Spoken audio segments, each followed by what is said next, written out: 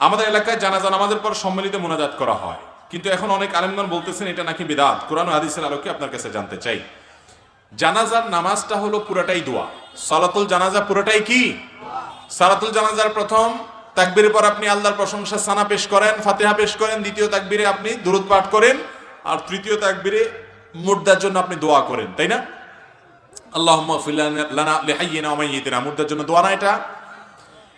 তাহলে পুরো জানাজার নামাজটাই তো দোয়া। তো জানাজার নামাজের পরে আবার কিসের আলাদা করে দোয়া? নবী করিম সাল্লাল্লাহু আলাইহি সাল্লাম জানাজার নামাজের পরে আলাদা করে মুক্তাদিদেরকে নিয়ে, মুসল্লিদেরকে নিয়ে দোয়া করতেন বলে কোনো হাদিস দ্বারা প্রমাণিত হয়। অতএব জানাজা নামাজ সালাম ফিরে ফেলছেন, শেষ, আলাদা কোনো দোয়া নাই।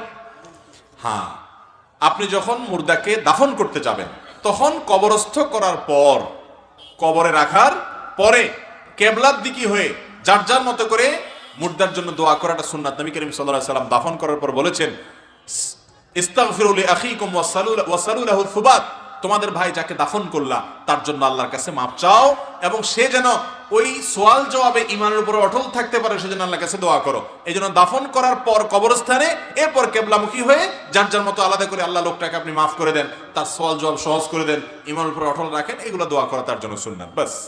কিন্তু জানাজার পরে আলাদা কোনো দোয়া হাদিস দ্বারা প্রমাণিত নয়।